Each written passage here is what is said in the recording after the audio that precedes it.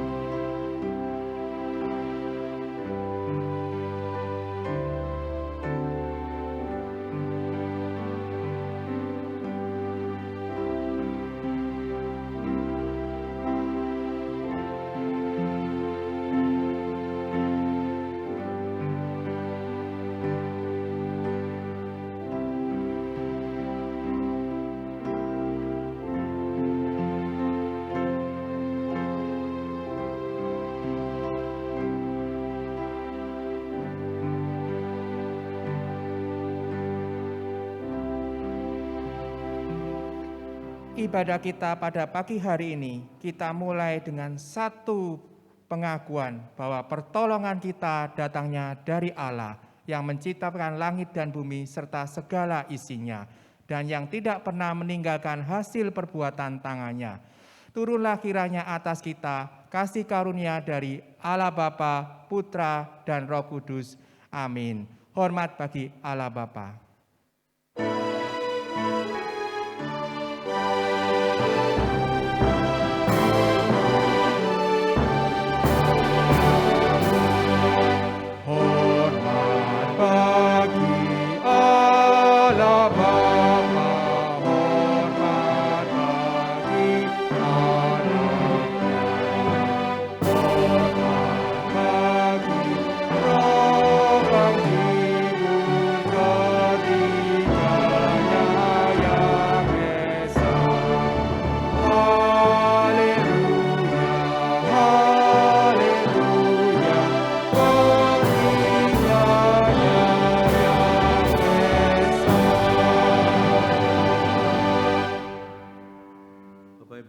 Oleh Tuhan, mari kita datang di hadapan Tuhan di hari yang pertama di tahun yang baru ini.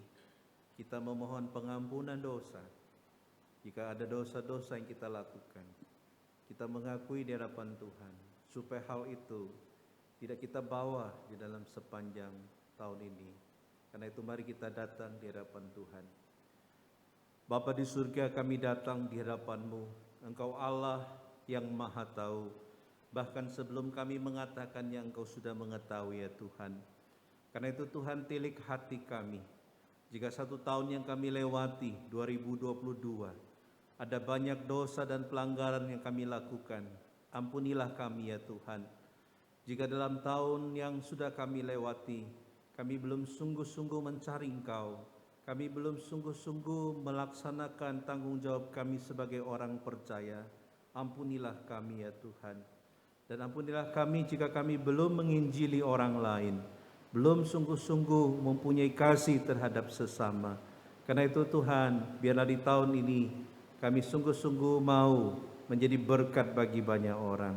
Karena itu Tuhan, tilik hati kami dan sucikanlah kami Tuhan. Jika ada perkataan kami sepanjang tahun lalu yang menyakiti hati orang lain, ampunilah kami. Jika ada perbuatan kami atau pemikiran kami yang tidak berkenan di hadapan Tuhan, ampunilah kami ya Tuhan.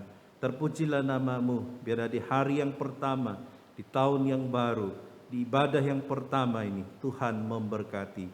Terpujilah nama-Mu ya Bapa. Demi nama Tuhan Yesus kami berdoa dan mengucap syukur. Amin.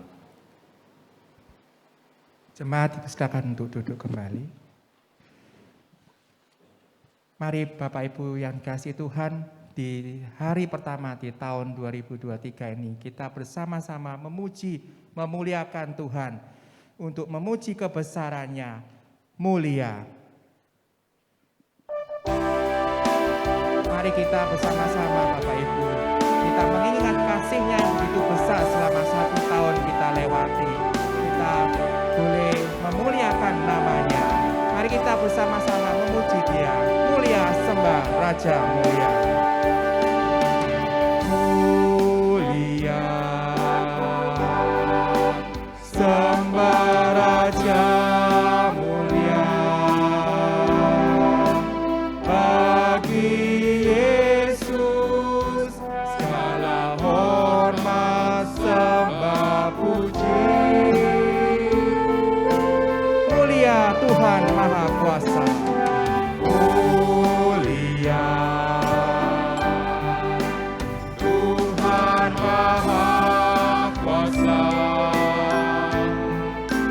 Dari sorga terdengarlah kidung pujian. Tinggikan dan muliakan.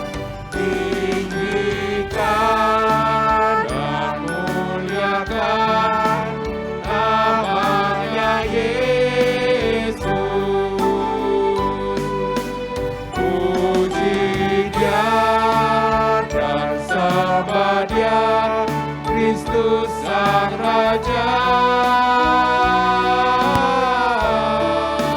Oh mulia sembah Raja mulia.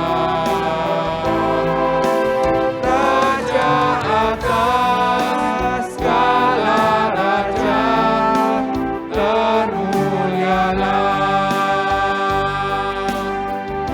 Mari Bapak Ibu sekali lagi kita memuji, memuliakan Tuhan. Kita bersyukur Tuhan sudah melihara kehidupan kita selama 1 tahun. Sekali lagi kita pujikan, mulia sembah Raja mulia.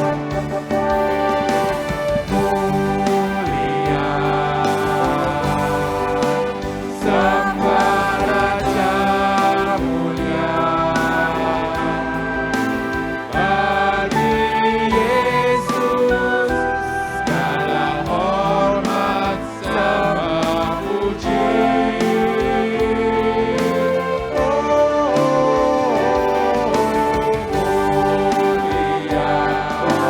Mulia Tuhan, Tuhan Maha Kuasa. Dari sorga terdengarlah kidung pujian. Tinggikan dan muliakan. Tinggikan dan muliakan namanya Yesus. Puji Dia dan sembah Dia, Kristus Sang Raja.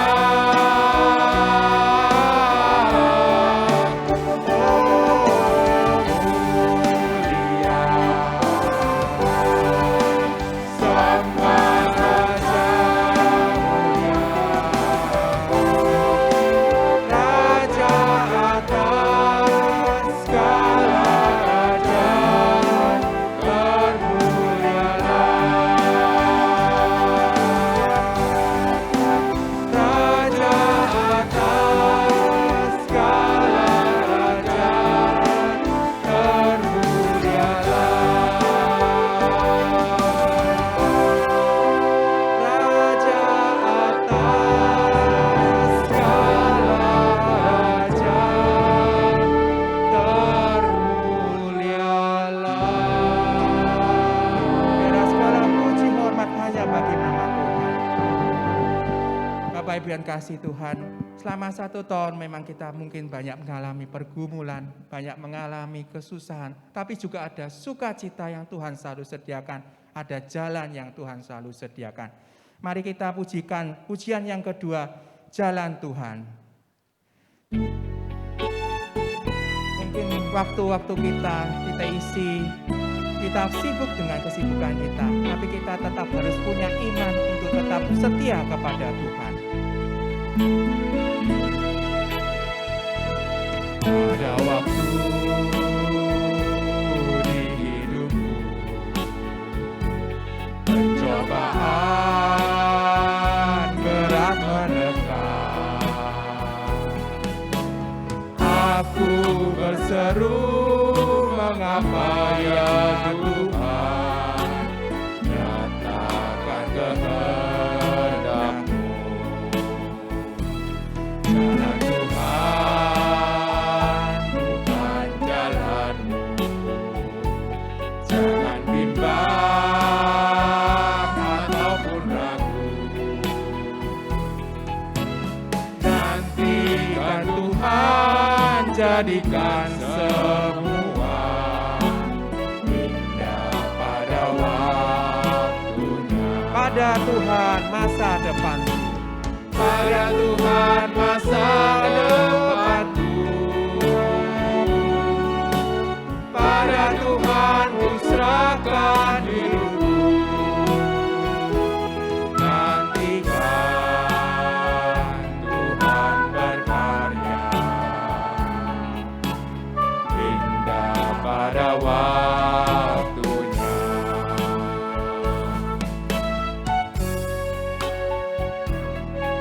Mari Bapak Ibu sekali lagi kita pujikan jalan Tuhan bukan jalanku.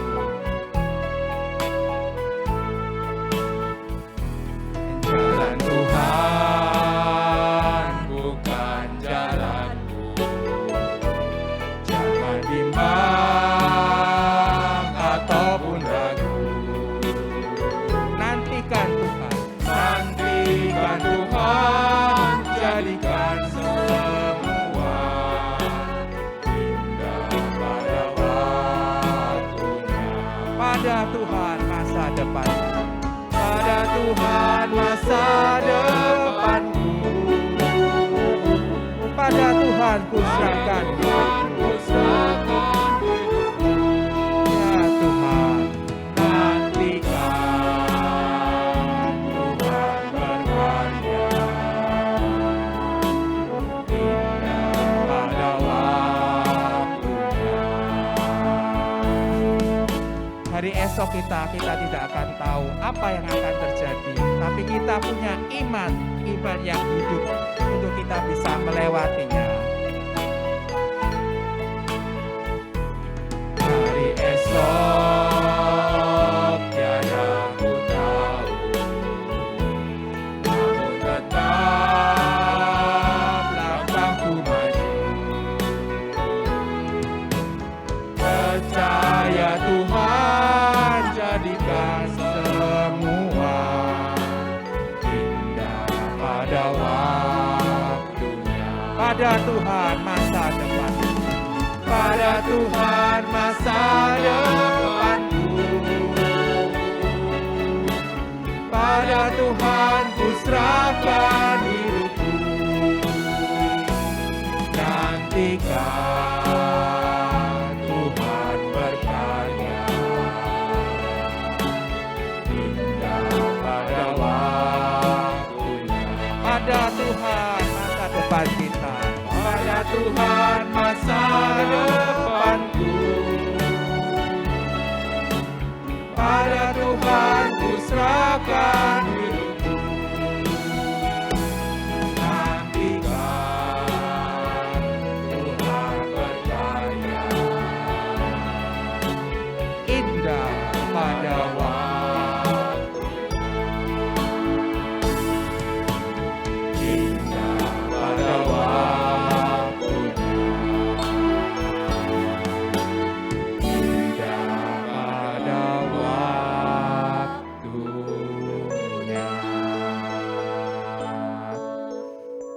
Firman Tuhan pada pagi hari ini akan dibawakan oleh hambanya penginjil Sulaiman. Kiranya kita boleh mempersiapkan hati kita sebagai domba-dombanya harus tetap setia kepada Gembala kita, Kristus Yesus. Mari kita bersama-sama memujikan Tuhan adalah Gembalaku.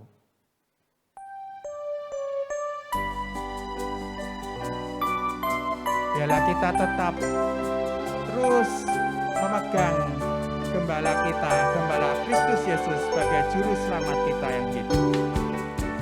Tuhan adalah gembalaku, takkan kekurangan aku.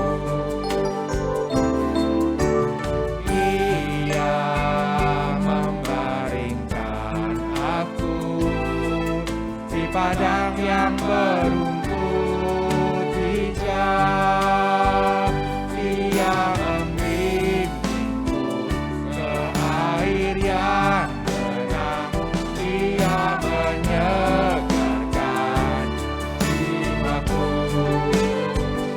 Ia menuntunku di jalan yang benar, oleh karena namanya. Sekalipun aku berjalan dalam lembah kekelaman,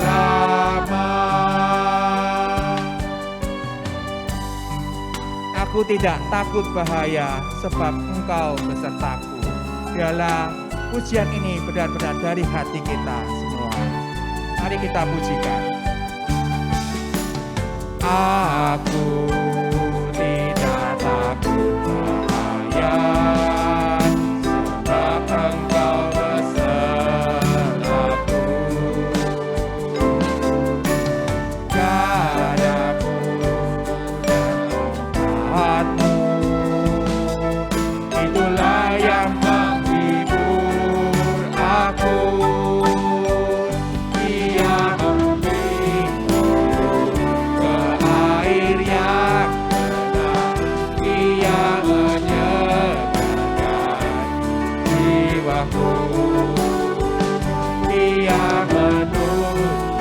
Jemaat, kita akan bangkit berdiri. Oleh karena namanya, sekalipun aku berjalan dalam lembah kekelaman, dan aku pun akan diam dalam rumah Tuhan panjang masa. Benar ya Tuhan, kami tidak takut bahaya, sebab Engkau beserta dengan kami ya Tuhan. Gadamu dan tongkatmu, itulah yang menghibur setiap kami. Bapa, meskipun kami harus melewati lembah kekelaman, kami tidak takut bahaya, sebab Engkau selalu menyertai kami ya Tuhan, sebagaimana Engkau menyertai tahun 2022 yang sudah kami lewati. Karena itu Tuhan, bersabdalah kepada kami pada pagi ini, sebab inilah yang akan menjadi pedoman kami untuk kami jalani sepanjang tahun ini. Dan pakailah hamba-Mu yang akan Kau pakai sebagai alat untuk kemuliaan-Mu. Berkatilah setiap kami Tuhan, hamba berdoa tidak seorang pun yang akan pulang dengan tangan hampa, tapi diberkati, dikuatkan, dan ditegur oleh kebenaran firman Tuhan. Demi nama Tuhan Yesus kami berdoa. Amin. Silakan duduk saudara ya. Oke, sebelumnya mungkin bisa say hi ya ke sebelahnya, katakan Happy New Year ya. Ya, selamat tahun baru ya. Oke, puji Tuhan ya. Oke, sisanya nanti ya. Cukup yang di sebelah-sebelah ya. Nah Bapak Ibu, ini dikasih oleh Tuhan ketika penyusunan tema ya. Jadi 1 Januari minggu pertama dikosongkan ya. Jadi dari gereja itu tidak memberi tema, lalu diberikan satu kebebasan dengan judul Suara Gembala ya. Artinya setiap gembala berhak untuk menyampaikan apa yang menjadi pedoman untuk sepanjang tahun itu. Nah, ketika saya merenungkan firman Tuhan, lalu terbersit di dalam di dalam benak saya atau di dalam bayangan saya, satu bagian firman Tuhan yang saya mau bagikan buat saudara pada pagi ini, yaitu di dalam Yakobus, ya, surat Yakobus pasal yang kedua ayat 14 sampai ayat yang ke-17. Yakobus pasal yang kedua ayat yang ke-14 sampai ayat yang ke-17. Kalau sudah mendapatkan, mari kita akan membaca bersama-sama bagian firman Tuhan ini.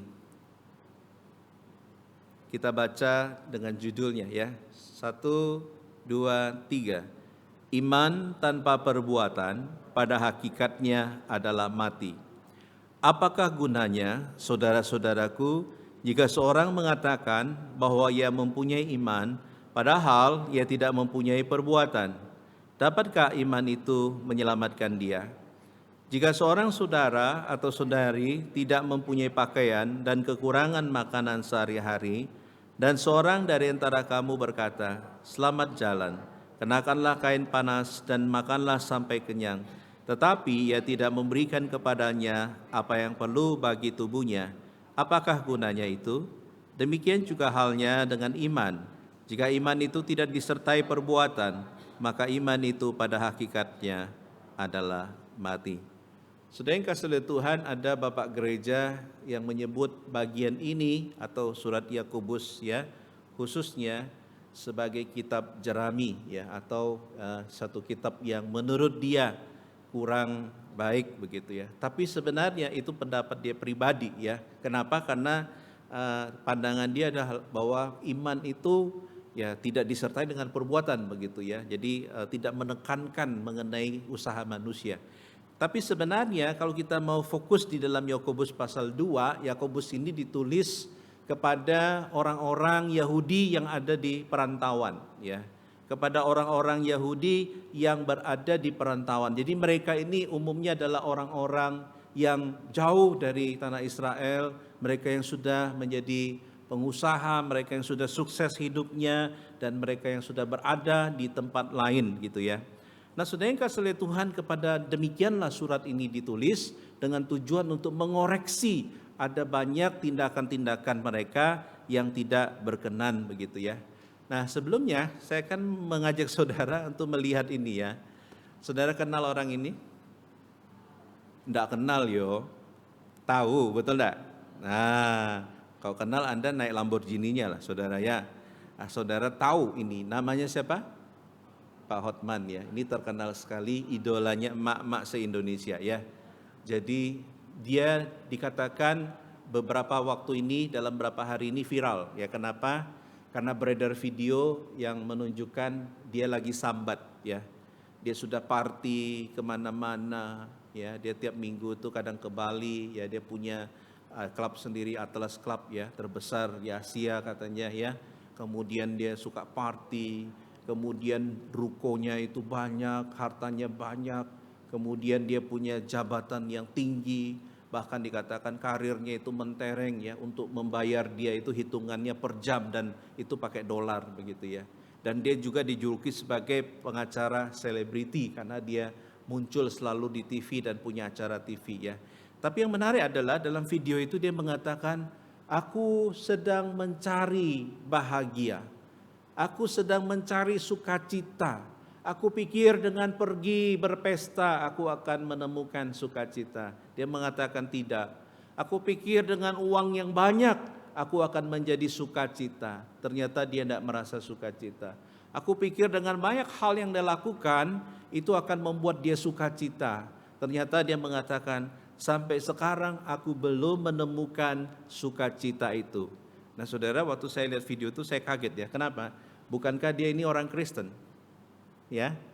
Nah pertanyaannya sekarang, apakah bisa orang Kristen yang mengaku Kristen itu hidupnya tidak sukacita? Jangan-jangan yang hadir di sini ini juga tidak sukacita. Hah? Siapa yang sukacita jadi anak Tuhan? Angkat tangan. Oh, haleluya ya. Soalnya kalau kamu udah angkat tangan malu lu, angkat aja. Ini jujur loh ya, Tuhan melihat. Saya merem tapi Tuhan melihat, oke? Nah, Saya tanya sekali lagi dengan jujur, siapa di sini yang ikut Tuhan lalu merasakan sukacita, sudah menemukan sukacita? Angkat tanganmu tinggi-tinggi. Oh, haleluya ya. Nah, enggak apa-apa. Nanti pulang dapat hadiah, satu orang dapat satu kalender. Loh serius ini ya. Nanti pulang dapat kalender yang judulnya GKH Elion ya. Ada capnya kita, ada jam ibadahnya kita supaya kita mendoakan gereja kita ya. Nah, kembali lagi saudara, kenapa orang Kristen bisa tidak sukacita? Ini yang jadi pertanyaan. Jawabannya adalah banyak kali orang Kristen itu yang dikatakan punya iman, tapi imannya itu bukan iman yang hidup, iman yang mati ya. Loh, apa bedanya Pak? Nanti saya akan jelaskan ya, berdasarkan Yakobus pasal yang kedua. Kalau orang disebut punya iman yang hidup adalah itu akan muncul dalam perkataannya, akan muncul dalam hidupnya, akan muncul di dalam segala sesuatu yang dia lakukan ya, di dalam pola pikirnya ketika dia memutuskan segala sesuatu, maka akan nampak Kristus di dalamnya. Jadi orang yang sungguh-sungguh punya iman yang hidup di dalam Tuhan, dia pasti akan menemukan sukacita yang sejati sebagaimana orang Majus ketika bertemu dengan Tuhan Yesus waktu dia berada masih dalam kondisi 1 tahunan, dan ketika mereka datang, mereka menemukan juru selamat itu dan dipersembahkanlah emas, kemenyan dan mur. Artinya apa saudara? Ketika mereka menemukan Kristus itu, mereka menemukan sukacita yang sesungguhnya. Nah saudara yang kasih oleh Tuhan, lalu timbul pertanyaan, mengapa ada orang Kristen yang mengaku Kristen tapi tidak mempunyai sukacita, tidak mempunyai satu keyakinan di dalam Tuhan, karena dia belum sungguh-sungguh mempunyai iman yang hidup. Ada yang lelucon mengatakan demikian, nanti waktu Tuhan Yesus datang, yang terbang ke surga, yang dijemput itu semua KTP-nya katanya. Karena KTP-nya semua tulisannya Kristen, tapi orangnya katanya juga KTP, yaitu apa? Kristen tanpa pertobatan. Ya. Nah Bapak Ibu ini kasih oleh Tuhan, bukankah kita memulai tahun itu selalu dengan resolusi, oh 2023 aku mau lebih sabar. Lalu anaknya mencatat, oh ya mama mau lebih sabar, dicatat. Lalu dihitung, bulan Januari lulus. Bulan Februari mulai goyah, bulan Maret gagal, ya karena marah-marah begitu ya. Lalu mungkin ada yang sudah resolusi tahun 2023 mau diet supaya berat badannya turun. Kenapa? Karena itu tekadnya.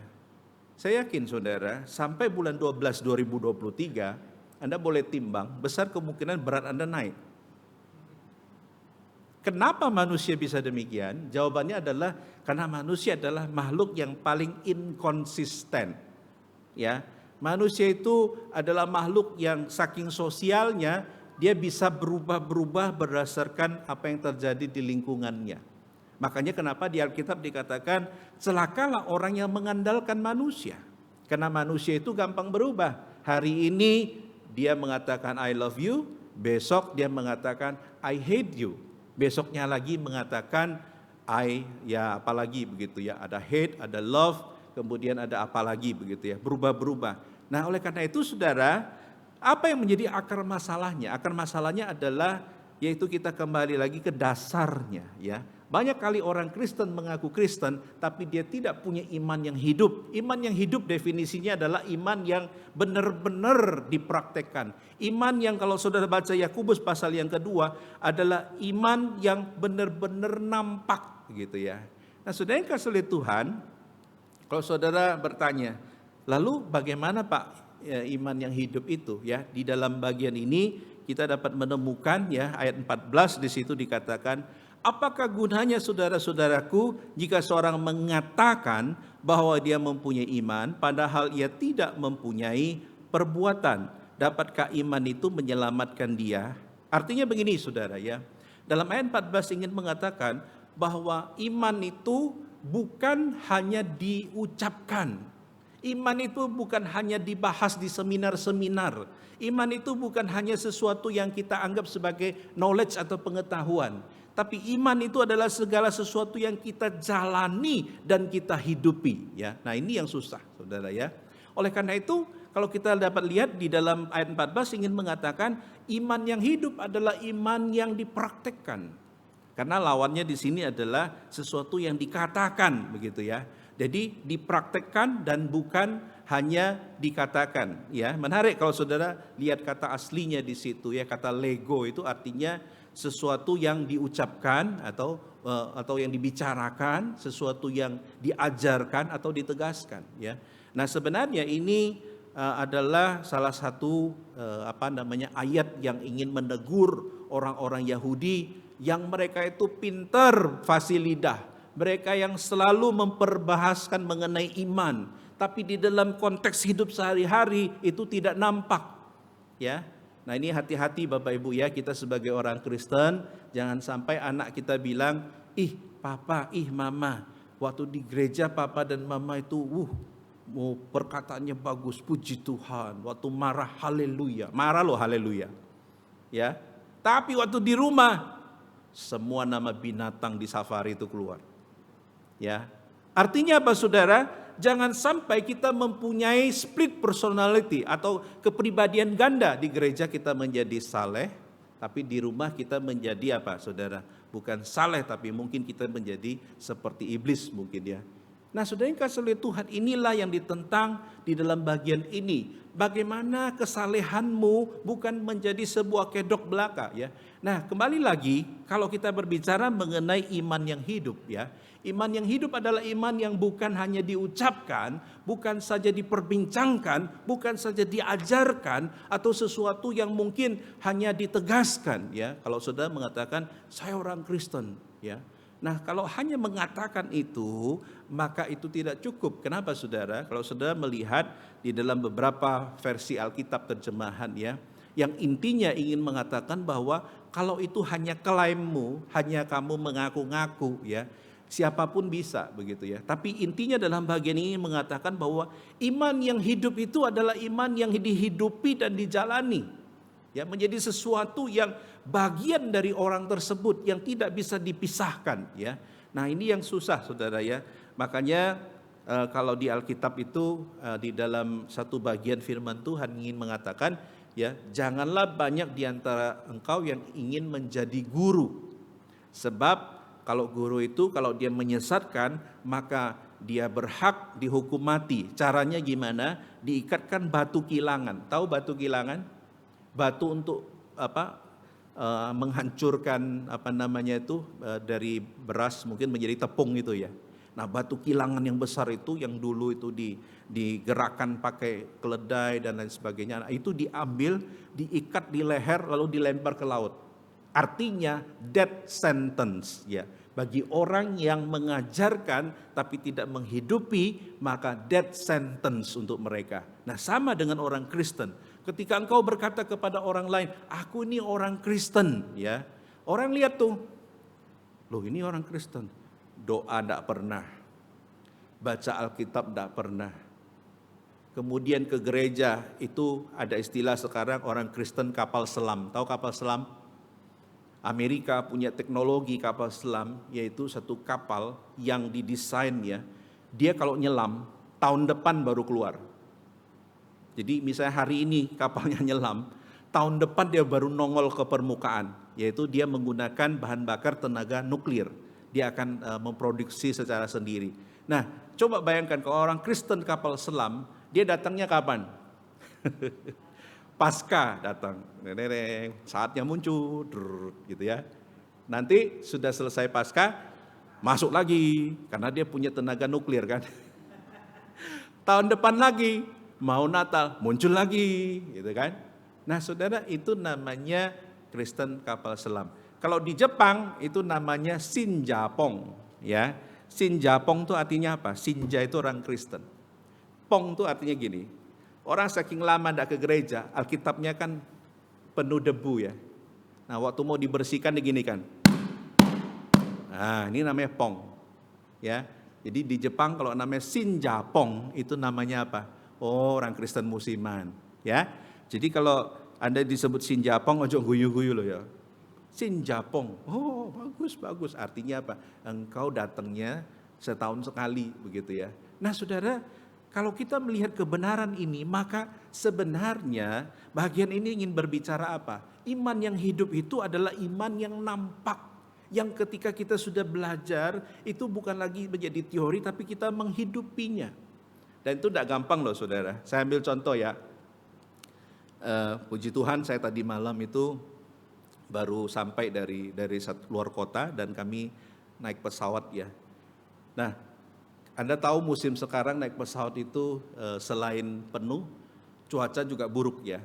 Dan kebetulan kursi saya itu nomor 30 dan belakangnya itu 31 gitu ya. Jadi sudah mentok.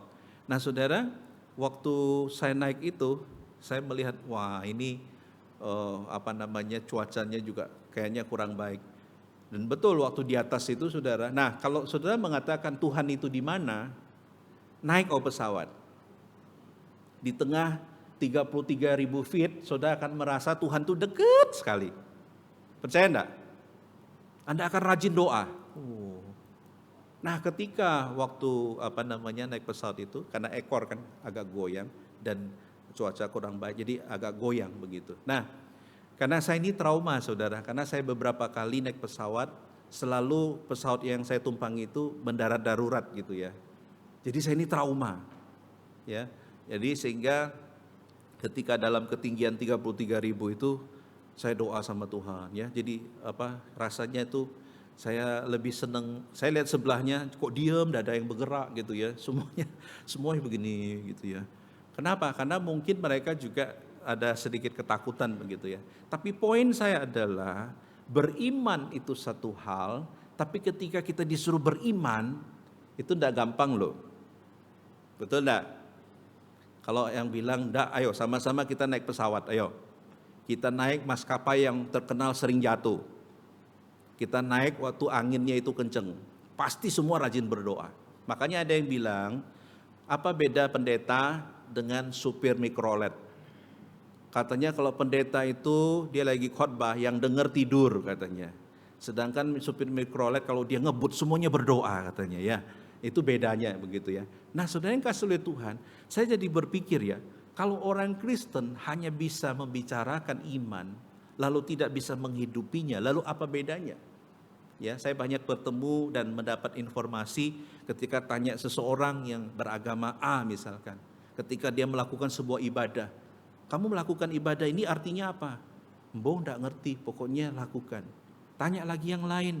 Dan kami berdiskusi dengan istri saya, dia juga mengatakan, saya tanya orang ini, kamu rajin melakukan ini, ya, selalu ibadah, terus kamu lakukan ini untuk apa? Tidak mengerti saudara. Banyak kali orang rajin beribadah, tapi tidak mengerti itu untuk apa. Nah, Bapak Ibu harus tahu loh, engkau tiap minggu ke gereja, rajin beribadah dan melayani untuk apa? Jawabannya adalah untuk melayani Tuhan dan untuk beribadah kepada Tuhan. Nah, kembali lagi saudara, kalau dalam bagian ini Yakobus ingin mengatakan, orang yang disebut imannya hidup itu bukan hanya mengatakan, bukan hanya dia itu menceritakan, bukan hanya menegaskan ya. Artinya bahwa sebuah iman yang hanya diucapkan, diajarkan atau dibicarakan tidak akan memberikan hasil apa-apa.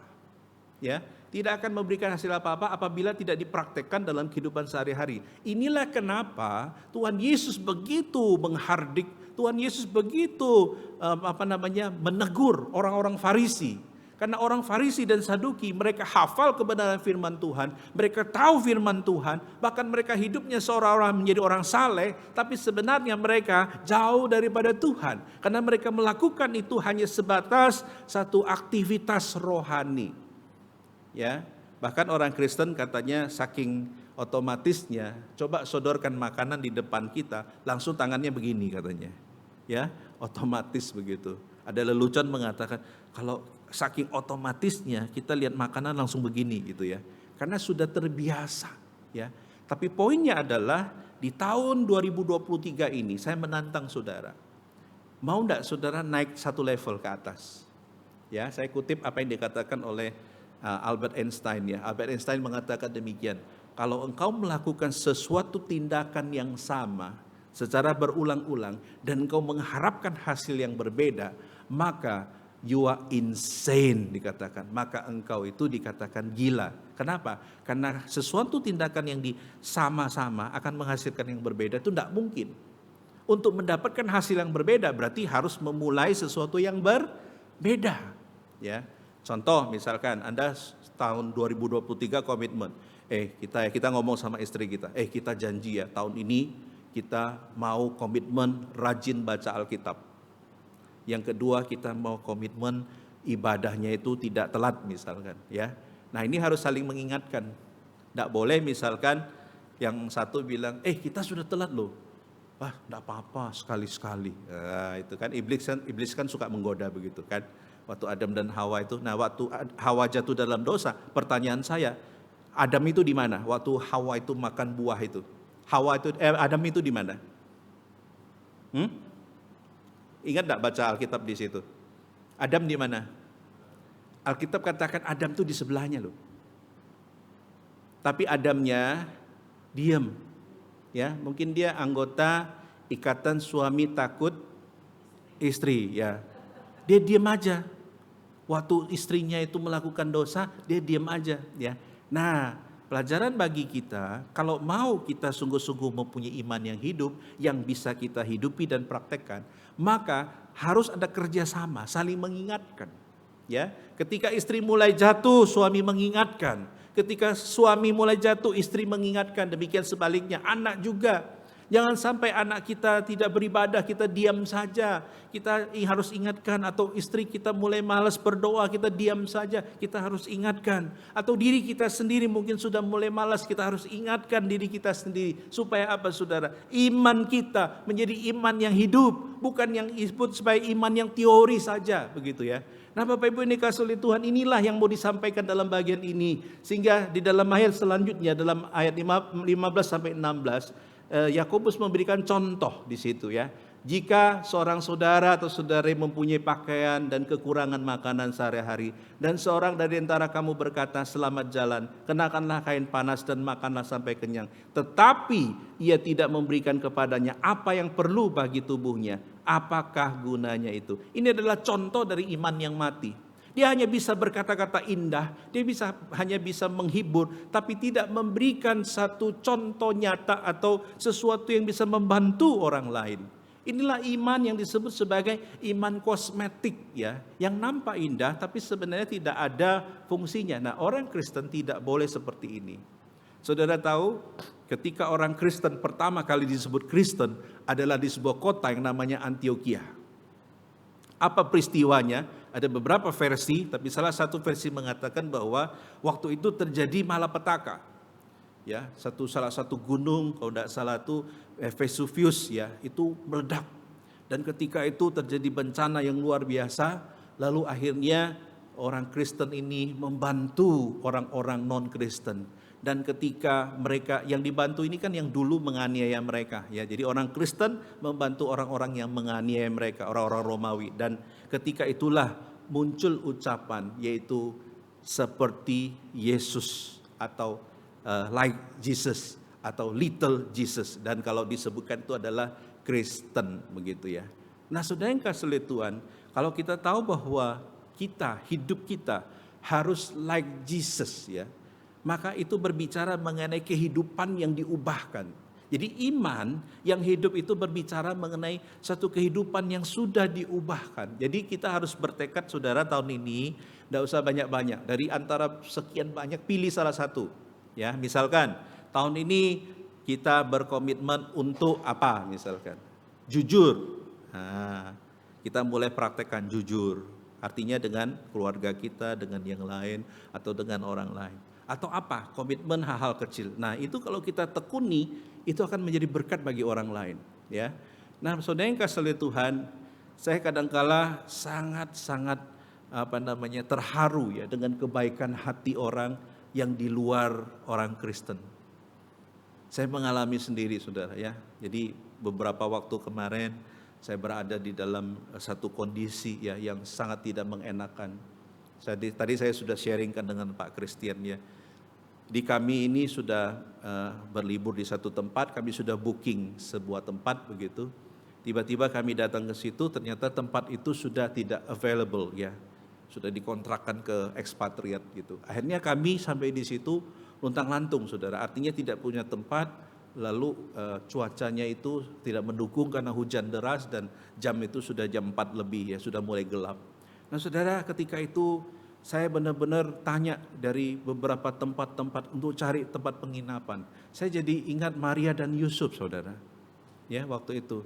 Karena tanya satu tempat full, tanya lagi full, ya. Jadi saya bisa merasakan seperti itu. Nah sampai di satu waktu saya sudah hampir give up lah. Saya pergi ke satu tempat dan ketika saya tanyakan di situ juga full saudara ya. Ketika akan menuju ke mobil, tiba-tiba ada seorang ibu yang samperin saya. Pak, ada yang bisa dibantu? Oh, saya mau cari tempat untuk menginap. Dan akhirnya saudara, saya ceritakan apa yang saya alami. Dia tanpa basa-basi, tidak tanya nama saya siapa, tidak tanya saya dari mana.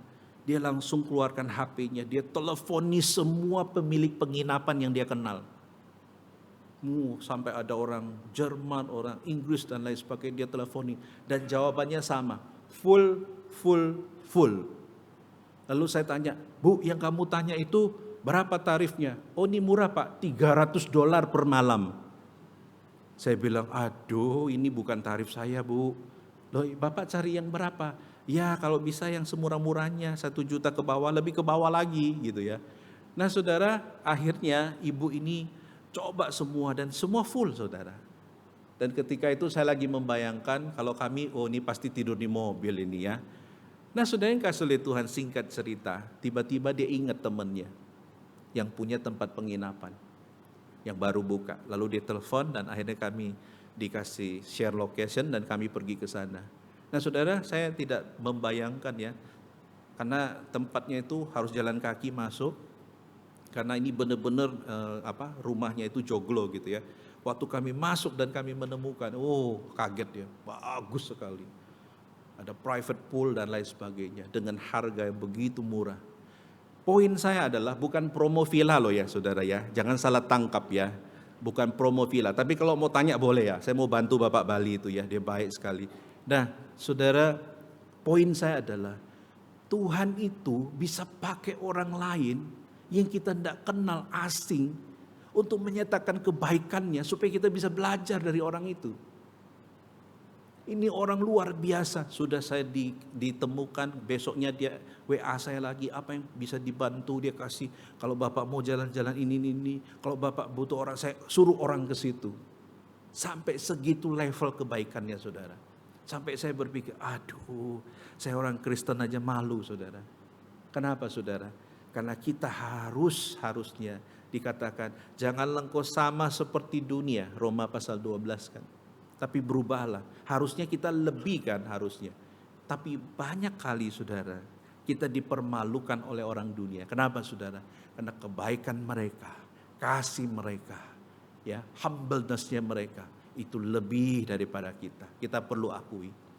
Nah saudara yang kasih oleh Tuhan, inilah kenapa firman Tuhan mengatakan, iman tanpa perbuatan pada hakikatnya adalah zero, mati. Tanpa ada tindakan nyata, maka useless iman kita, tidak ada harganya ya. Nah karena itu saudara yang kasih oleh Tuhan, di dalam bagian ini lalu timbul pertanyaan yang kedua. Kalau tadi iman yang hidup kan, lalu iman yang mati itu bagaimana sih? Ya supaya kita tahu. Nah itu dijelaskan di ayat 17 saudara. Demikian juga halnya dengan iman. Jika iman itu tidak disertai perbuatan, maka iman itu pada hakikatnya adalah mati. Jadi kebalikannya. Kalau orang itu tidak punya tindakan dalam imannya, dia hanya jadi orang Kristen, dia tahu banyak, ya, dia bisa hafal ayat-ayat berbicara mengenai iman, tapi dia tidak pernah mempraktikkan iman itu. Contoh misalkan ya, ketika dia mengalami sakit penyakit atau musibah, ya, nah ketika itulah dia diuji saudara, ya apakah iman dia itu sungguh-sungguh. Saya kemarin mendoakan Ibu Susi ya, Ibu Susi itu jemaat kita. Mama dari Mikael ya, anak pemuda kita. Bu Susi ini didiagnosa menderita kanker serviks, ya, cervix cancer ya. Dan ketika itu saya diinfokan dia dalam kesakitan yang luar biasa. Lalu dari luar kota saya video call karena signalnya kurang baik, jadi agak putus sambung. Nah, waktu nyambung itu Bu Susi bilang, Pak Aman, doakan saya. Sakit sekali, dia sampai teriak-teriak, sakit luar biasa. Katanya dari sebelah kanan sekarang sakit sebelah kiri. Ya, sakit sampai aduh, pokoknya katanya kesakitan itu luar biasa. Lalu saya doakan, kemudian putus lagi, kemudian saya telepon lagi sampai 4-5 kali, itu tidak nyambung lagi ya. Tapi intinya saya sudah mendoakan dan kemudian saya doakan secara pribadi ya. Dan tadi ketemu sama suaminya ya, saya sudah berbincang-bincang ya. Intinya bahwa saudara, kalau kita sudah berada dalam ujian iman, dalam praktek iman yang sesungguhnya, disitulah iman yang hidup itu dibutuhkan. Disitulah saudara, maka segala teori yang kita dengar itu menjadi useless, dan yang muncul adalah sesuatu yang kita harus praktekkan. Bagaimana mempraktekkan yang artinya menanti waktu Tuhan? Tidak gampang. Bagaimana mempraktekkan artinya bersabar di dalam Tuhan? Itu tidak mudah. Bagaimana mempraktekkan menjadi orang Kristen yang pasrah? Itu tidak gampang saudara ya. Artinya bahwa iman yang hidup adalah iman yang benar-benar kita praktekkan. Sedangkan iman yang mati adalah iman yang tidak dihidupi, iman yang tidak akhirnya kemudian menghasilkan apa-apa. Makanya tidak heran ada omongan begini, loh orang Kristen toh kok begini. Nah itu artinya tidak ada buah-buah yang nampak. Ya, tidak ada buah-buah. Jadi jangan sampai orang mengatakan, loh orang Kristen kok begini. Ya, artinya mempertanyakan. Nah saudara yang kasih oleh Tuhan, iman yang tidak dihidupi otomatis tidak akan menghasilkan apa-apa. Ya, nanti ibaratnya seperti Tuhan Yesus mengutuk pohon ara itu ya. Tuhan Yesus waktu itu sedang lapar, dia lihat ada pohon ara yang lebat sekali. Otomatis kalau pohon yang besar dan lebat biasanya ada buahnya. Lalu Tuhan Yesus datang ke situ dan dia hanya menemukan pohon yang daunnya lebat sekali dan sama sekali tidak ada buah, bahkan calon buah pun tidak ada. Itulah kenapa Tuhan Yesus lalu mengutuk pohon itu dan pohon itu menjadi kering dan tidak bisa hidup lagi. Artinya apa sudah? Pesan yang mau disampaikan adalah, jadi orang Kristen jangan hanya kita mementingkan performance kita, nampak saleh atau minggu kita rajin beribadah ya. Saya pernah satu kali memuji seorang ibu ya. Dia ikut KU1, kemudian dia ikut lagi KU2. Saya bilang, AI hebat ya, imannya luar biasa. Lalu dia katakan, enggak Pak, saya terpaksa ikut KU2. Kenapa? Aku enggak bawa kunci Pak. Jadi kalau aku pulang enggak bisa masuk, harus tunggu KU2, jadi sama-sama pulang baru bisa masuk. Walah. Makanya don't judge a book by its cover, betul? Nah, jangan mentang-mentang orang di luar biasa. Kita mengatakan, oh kamu saleh, padahal dia ilmu kepepet ya, the power of kepepet gitu ya. Mau enggak mau. Jadi saudara, stop judging others ya. Berhenti menghakimi sesama. Dan mulai tahun ini komitmen, apa yang saya bisa lakukan untuk saya bisa mempunyai iman yang hidup. Ya, jadi itu yang kita mau kejar di tahun ini. Makanya saudara dalam bagian ini, kalau sudah perhatikan ya, ada suatu switch ya, dikatakan demikian juga halnya dengan iman. Jika iman itu tidak disertai perbuatan ya, maka iman itu pada hakikatnya adalah mati. Jadi orang Kristen terkenal bukan karena teorinya, bukan karena perdebatannya, tapi terkenal karena tindakannya. Ya, tindakan itu berbicara lebih keras daripada bicara atau omongan ya. Nah, saudara, ini yang menjadi komitmen kita ya. Nah, itulah kenapa kalau saudara perhatikan kata perbuatan ini di ayat 17 ya. Kan di sini ditulis ya, jika iman itu tidak disertai dengan perbuatan. Nah, perbuatan itu kata aslinya dari kata ergon itu ya. Artinya ada dua. Yang pertama adalah sebuah tindakan dan yang kedua adalah berbicara mengenai usaha atau pekerjaan ya. Terus apa kaitannya? Kalau saudara melihat di sini ya, dikatakan ada kata mati di ayat 17 itu ya. Maka iman itu pada hakikatnya adalah mati. Apa kaitannya? Kalau saudara melihat ya, kata mati di sini, nanti saya akan sambungkan ya, saudara bisa menangkap maksud saya. Mati di sini itu ada 3 meaning. Mati secara rohani atau seseorang yang sebentar lagi akan mati karena nafas terakhir, atau seseorang yang sudah tidak bernyawa begitu ya. Lalu apa kaitannya? Artinya kalau sudah melihat dari terjemahan ini ya, bahwa sebuah iman yang disebut sebagai iman yang hidup itu harus dimulai dengan jalan menghidupi dulu ya. Jadi ada satu tindakan, yaitu sebuah wujud nyata ya. Misalkan dia apa yang dilakukan itu dipercaya, kemudian dipraktekkan dan dikembangkan ya. Jadi seperti sebuah bisnis atau usaha gitu ya. Sebab jika tidak demikian maka iman itu adalah iman yang mati ya. Mati artinya tidak mempunyai kehidupan ya. Jadi orang tuh tidak tertarik dengan kehidupan kita. Kenapa? Karena orang tidak melihat ya dari buah-buah itu. Nah, karena itu saudara, iman yang mati adalah iman yang hanya sebatas teori. Iman yang hanya diperkatakan. Nah, tahun ini kita mau naik level ya. Iman kita bukan hanya diperkatakan, tapi level yang lebih tinggi adalah dipraktekkan. Amin. Amin. Apa yang dipraktekkan? Yang pertama, hukum kasih. Kasihilah sesamamu manusia seperti engkau mengasihi diri sendiri. Artinya bahwa kita harus belajar mengasihi. Terus yang kedua, kasihilah Tuhan Allahmu dengan segenap hatimu, dengan segenap akal pikiranmu. Artinya kita mau sungguh-sungguh meningkatkan kualitas ibadah kita kepada Tuhan ya. Nah, karena itu saudara, kita harus punya satu komitmen yang jelas ya.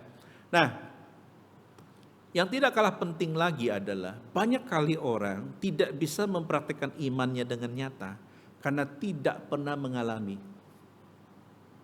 Dulu ada namanya Presiden Gus Dur ya Abdurrahman Wahid. Dia pernah ada lelucon ya yang mengatakan karena dia tidak bisa melihat, dia selalu nyanyi itu misalkan bintang kecil katanya di langit yang biru katanya karena dia tidak bisa melihat ya. Artinya dia tahu bukan karena seeing ya. Jadi believing not by seeing tapi by hearing ya, mendengar. Nah, kadangkala saudara, kita tidak mengalami Tuhan karena kita tidak pernah mengalami. Kita tidak pernah, kita dengar kesaksian orang ya, ketika usahaku bangkrut, Tuhan menolong saya. Kita merinding, kok aku tidak pernah ya, usahaku kok bangkrut malah tambah bangkrut gitu ya, misalkan. Atau ada yang mengatakan aku sudah, ini kisah nyata ya, teman saya itu didiagnosa brain cancer ya, kanker otak. Dan ketika itu saya masih ingat kami satu kampus itu berdoa, doa. Ketika dibawa ke dokter lagi di MRI ya kalau tidak salah itu tumornya itu bisa mengecil dan hilang saudara ya. Dan itu kalau mau dijelaskan secara rasio itu tidak bisa dijelaskan ya, dan banyak kesaksian-kesaksian yang lainnya. Artinya apa saudara? Ketika kita mengalami itu, baru kita akan sampai kapanpun kita tidak akan lupa dan kita tidak akan mengatakan tidak ya. Kita karena sudah menyaksikan ya. Saya secara pribadi ada beberapa peristiwa yang saya saksikan begitu, yang merupakan miracle ya, satu mujizat begitu ya. Nah saudara yang kasih oleh Tuhan, dan kalau orang sudah mengalami Tuhan, artinya menyaksikan bagaimana Tuhan bekerja, dia tidak akan berpaling dari Tuhan. Tidak mungkin dia akan malas ibadah. Tidak mungkin dia akan malas berdoa. Tidak mungkin dia akan malas membaca firman Tuhan. Kenapa? Karena dia sudah menyaksikan dengan mata kepala sendiri. Jadi saudara, kenapa orang mempunyai iman yang mati? Karena mereka belum mengalami satu kehidupan bersama dengan Tuhan. Karena mereka belum mengalami yang namanya, ada dua istilah yang saya pakai di sini ya, yaitu first hand encounter dan second hand encounter ya. Kalau kita beli barang kan ada namanya first hand ya. Kalau saya beli mobil dari dari dealernya langsung, semua masih baru, masih ditutup plastik, itu namanya first hand.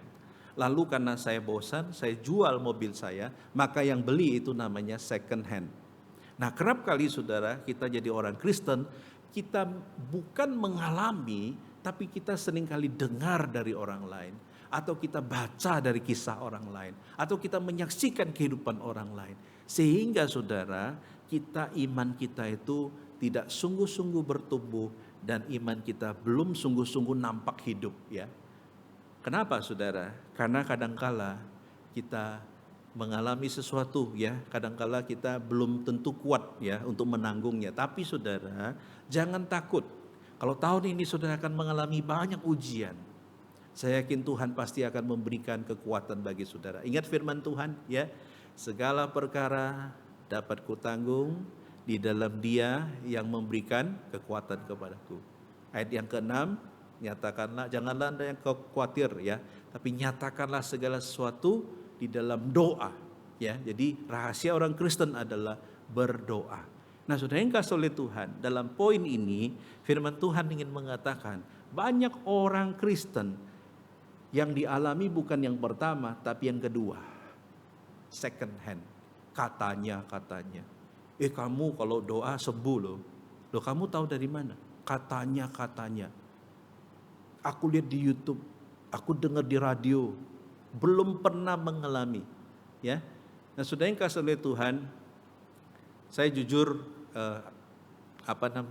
kadangkala dilematis ya kalau misalkan mendoakan dan lain sebagainya ya. Saya jadi ingat sekarang waktu itu mendoakan seseorang ya. Dan orang itu minta supaya ini didoakan supaya ya dipanggil Tuhan begitu ya. Nah, ini kalau saya disuruh mendoakan supaya orang dipanggil Tuhan, itu saya kadangkala tidak sampai hati saudara. Karena kalau itu benar-benar dipanggil, saya merasa bersalah begitu. Ya, tapi banyak juga yang minta didoakan supaya panjang umur, tapi malah mati gitu. Ya, jadi itu kehendak Tuhan, kita tidak bisa Tapi intinya adalah saudara, ketika kita mendoakan atau kita sedang memohon kepada Tuhan, ya, di situ kadangkala iman kita juga diuji. Kita minta dengan sungguh-sungguh apa enggak? Kadangkala dari awal kita sudah tidak yakin ya, doakan. Ya, ada orang ngusir setan, dalam nama Tuhan Yesus keluar. Iblisnya tidak keluar. Dalam nama Tuhan Yesus keluar. Iblisnya tidak keluar. Malah ngamuk. Dalam nama Tuhan Yesus, lu tidak keluar, gua yang keluar. Ya, karena tidak bisa ngusir. Ya, jadi hati-hati saudara, kadangkala kita itu diuji dengan situasi kita. Makanya di tahun 2023, mau tidak saudara bertekad, Tuhan, kalau boleh saya mengalami Tuhan. Wow, ini berat memang. Orang Kristen kan jarang bangun tidur, Tuhan ujilah aku. Ada enggak yang doa begitu? Enggak. Janganlah membawa kami ke dalam pencobaan, tetapi lepaskanlah kami daripada yang jahat. Itu kan doanya kan? Nah, tapi di Alkitab Mazmur itu ada ya. Tuhan ujilah aku dan lihatlah hatiku. Waduh, siap enggak diuji Tuhan? Jangan ya. Gini-gini semua ya. Tapi kadangkala minta atau tidak, ujian itu akan datang. Jadi orang Kristen harus siap. Ya, saudara tahu pemadam kebakaran? Pemadam kebakaran tahu ya? Kalau lagi tidak kebakaran mereka ngapain? Main voli, main catur, nonton TV. Tapi ketika sirene itu bunyi, nging, mau dimanapun, itu mereka pasti meluncur dan pergi untuk memadamkan api itu, ya. Kan tidak bisa kalau kita ketika ujian itu datang, kita bilang jangan dulu, aku belum siap, tidak bisa. Ya, ada orang malah ujian itu datang bertubi-tubi, ya. Nah, saudara yang kasih oleh Tuhan, kembali lagi, iman yang kita butuhkan adalah iman yang hidup, ya. Nah, karena itu saudara, saya akan mengakhiri dengan satu kesaksian, ya. Jadi poin dalam bagian ini mengatakan bahwa hanya orang yang sungguh-sungguh ya, yang mengalami first hand encounter dengan Tuhan, yang mengalami langsung pengalaman bersama Tuhan, yang dia akan mempunyai iman yang hidup ya. Nah, saya akan tutup dengan kisah ini ya. Mungkin Bapak Ibu pernah membaca kisahnya ya. Ini adalah seorang yang sangat terkenal di dalam kekristenan, saudara ya. Nah, sebenarnya dia ada nama Mandarinnya ya, tapi kalau nama Mandarin saya harus baca dulu ya, supaya tidak keseleo lidahnya ya. Nah, nama Indonesianya adalah nama Inggrisnya Christiana Tsai ya, atau dalam bahasa Mandarinnya Tsai Suchuan ya, atau yang dikenal dengan Christiana Tsai. Nah, nama kerennya adalah Queen of the Dark Chamber ya, ratu dari kamar gelap. Nah, saudara, Christiana Tsai ini bukan orang sembarangan. Dia adalah anak dari seorang wakil gubernur provinsi Jiangsu ya. Jadi dia ini adalah seorang anak dari wakil gubernur, berarti dia punya pangkat ya, punya kekayaan dan lain sebagainya. Tapi dia ingin jadi biarawati. Cuman karena dia senang bahasa, lalu disekolahkanlah dia di sekolah misionari ya, yang dilayani oleh orang-orang misionari dari Amerika. Satu hari ketika dalam sebuah kebaktian ya, akhirnya Kristiana ini menerima Tuhan Yesus sebagai Tuhan dan Juru Selamat akibat khotbah dari seorang pendeta pada saat itu ya, yang berbicara bahwa Kristuslah satu-satunya terang ya, di luar dia tidak ada keselamatan. Akhirnya dia mau ya. Nah saudara, singkat cerita, ketika dia tamat sekolah, dia menjalin hubungan dengan seseorang yang juga adalah orang Kristen ya, dan waktu itu sempat tunangan. Nah tunangannya dia itu orang biasa ya, sedangkan dia orang pangkat kan, tapi dia tetap menjalin hubungan. Alasannya karena pacarnya ini orang Kristen. Tapi saudara, ketika suatu hari ya kan, China ini penuh dengan gejolak ya. Lalu tiba-tiba karena takut mungkin ya statusnya sebagai orang Kristen, lalu tunangannya ini murtad ya, tidak jadi orang Kristen lagi, lalu berpaling. Nah ketika itulah si Kristiana ini memutuskan hubungan pertunangan itu karena dia tidak mau menikah dengan orang selain orang Kristen. Dan akhirnya dia memilih untuk sendiri saudara ya. Kemudian tidak lama dia mengalami sakit. Sakit inilah yang menjadi awal kenapa dia harus berada di ruangan yang gelap ya. Yaitu dia kena malaria saudara ya.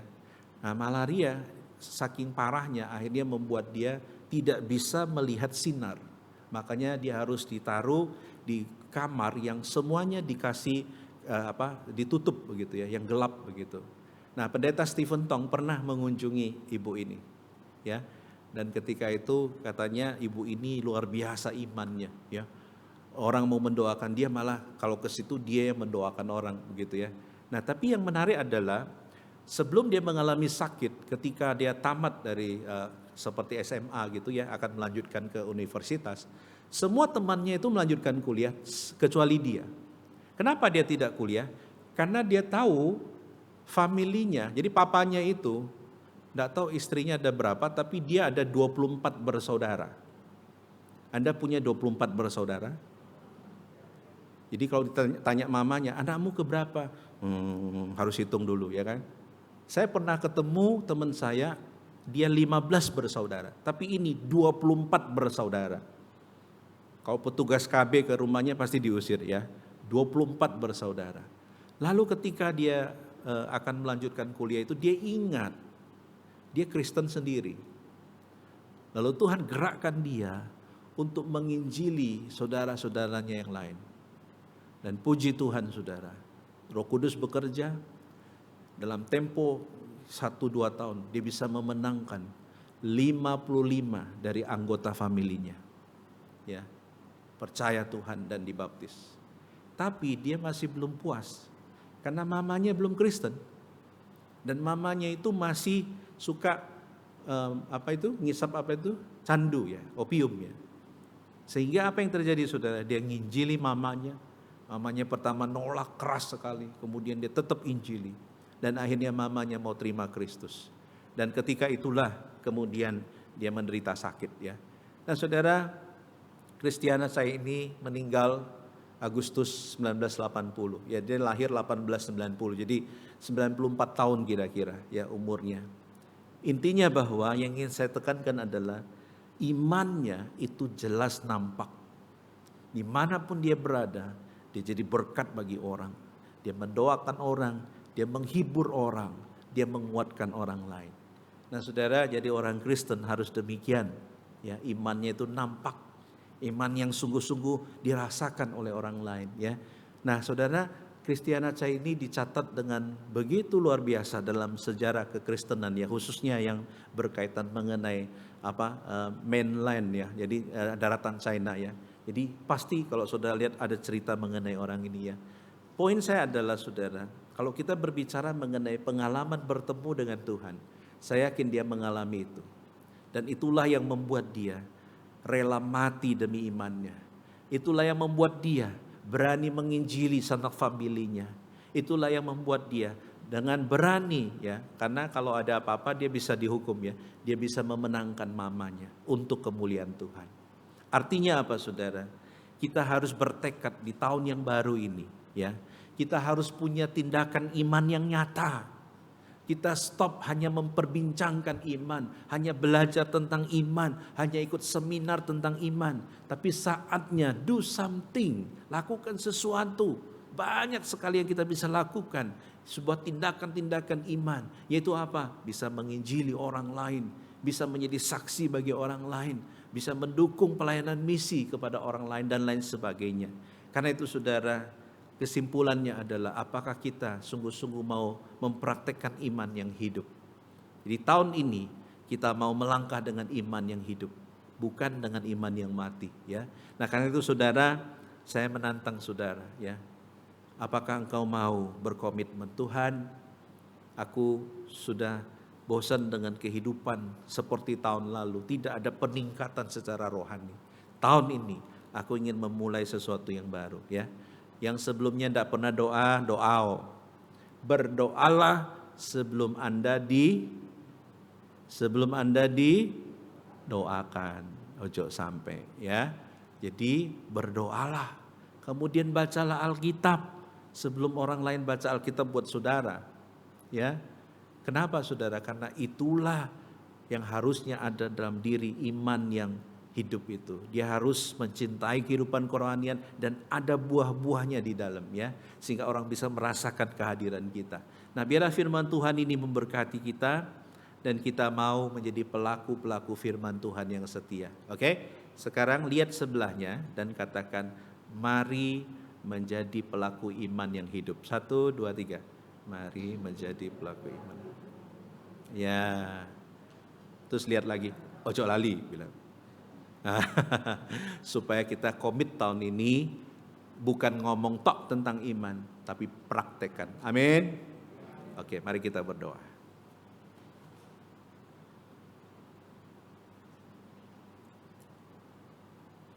Bapa di surga, firman-Mu sudah diberitakan. Tolong kami Tuhan, kami manusia yang lemah. Kadangkala kami berkomitmen hanya bertahan 1-2 bulan. Tapi Roh Kudus-Mu meteraikan apapun komitmen yang diucapkan oleh jemaat-Mu.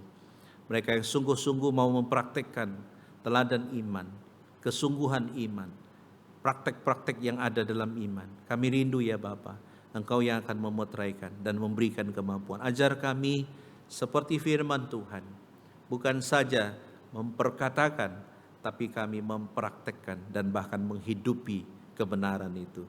Berkatilah setiap kami ya Bapa. Demi nama Tuhan Yesus kami berdoa. Amin. Mari kita bangkit berdiri. Kita nyanyikan Allah kuasa melakukan.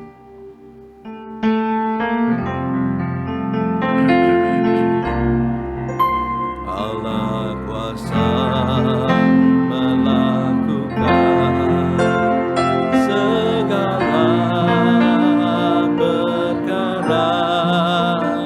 Allahku maha kuasa, yang ciptakan seisi dunia, segala masa.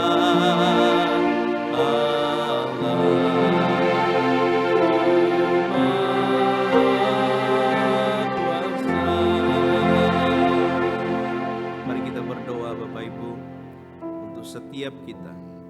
Kita doakan untuk kita, keluarga kita.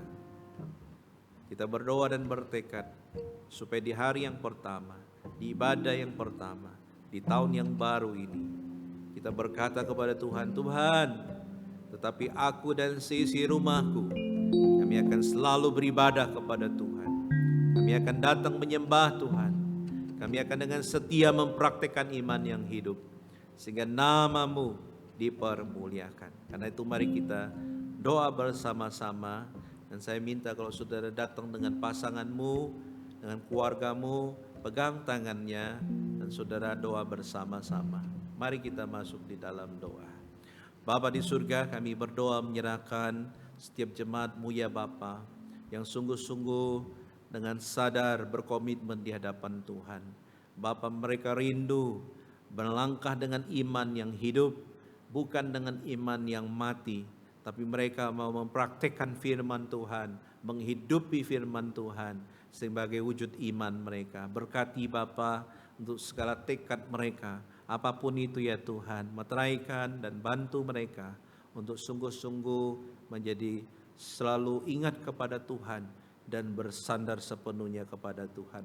Terpujilah nama-Mu ya Bapa, demi nama Tuhan Yesus kami berdoa. Yang terakhir, mari kita doakan gereja kita.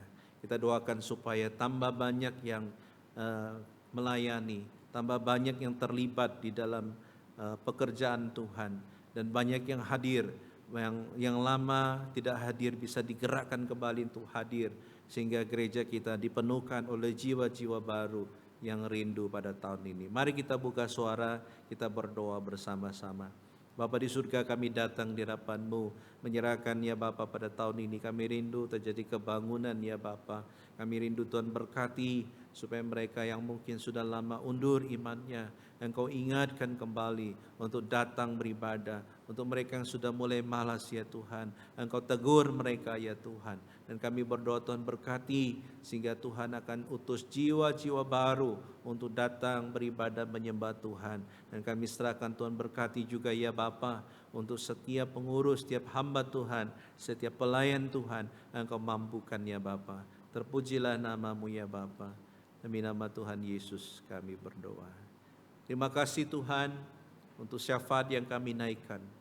Bila Tuhan kami meminta dengan iman, dan kami menunggu jawaban dengan iman di hadapan-Mu. Berkatilah setiap kami, meteraikan firman-Mu, dan biarlah Engkau yang akan campur tangan. Demi nama Tuhan Yesus kami berdoa dan mengucap syukur. Haleluya. Amin. Tetap berdiri bersama dengan gereja di segala abad dan tempat kita mengaku iman kita. Pengakuan iman rasuli.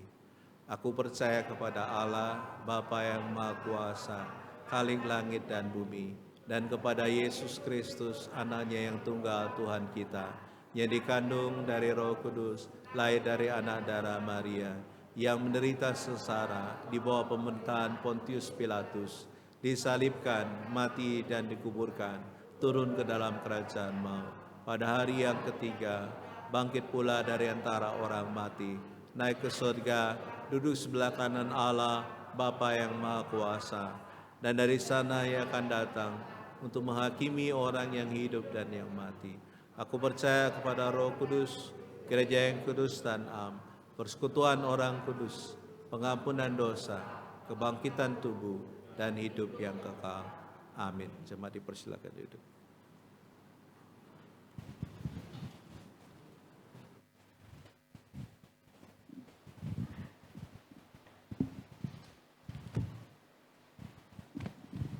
Mari Bapak Ibu, kita persiapkan hati kita akan memberikan persembahan.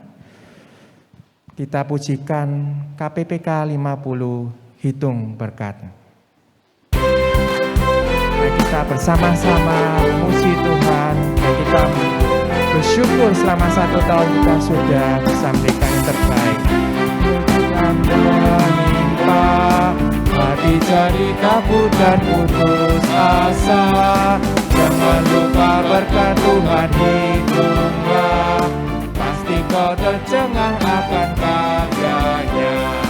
Hitung berkat satu persatu, dan lihatlah karya Tuhanmu.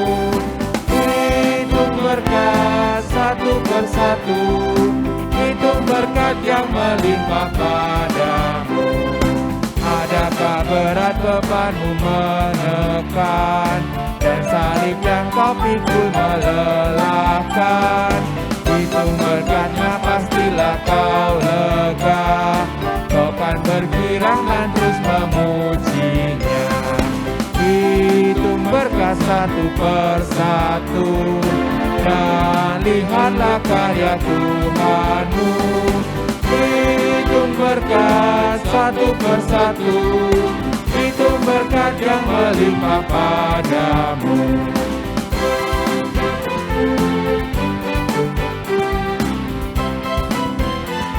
Bila kau memandang harta orang lain, bila kau memandang harta orang lain, ingat janji Kristus yang lebih permai.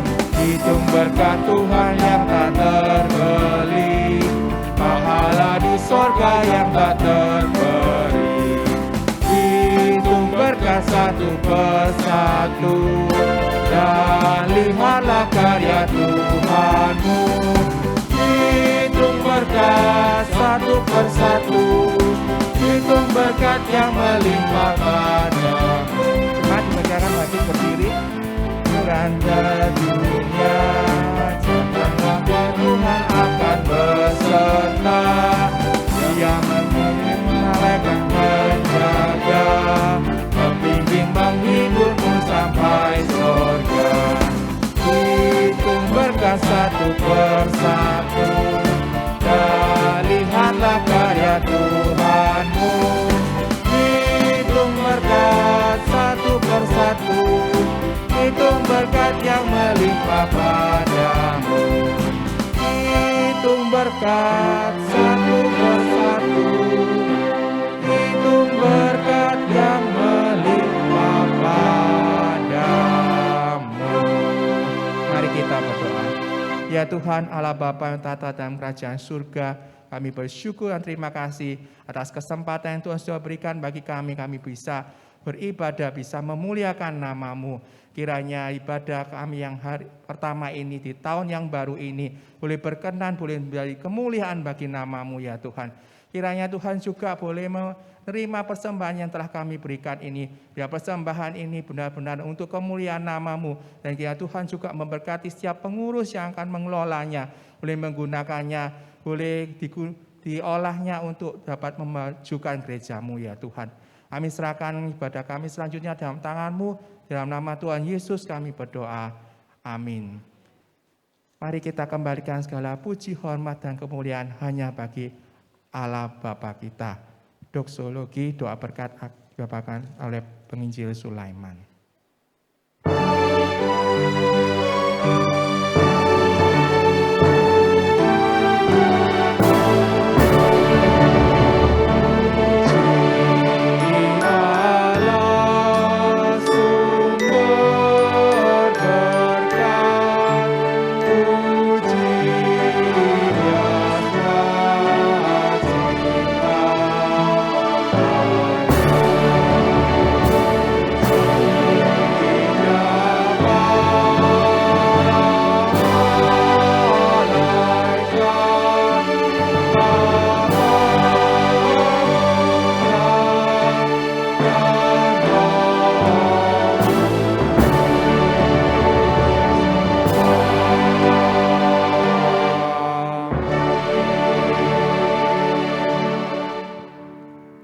Jemaat yang dikasihi oleh Tuhan, sebagai simbol penyertaan Tuhan, sebelum saya mengucapkan berkat, Anda bersedia angkat tangan kananmu.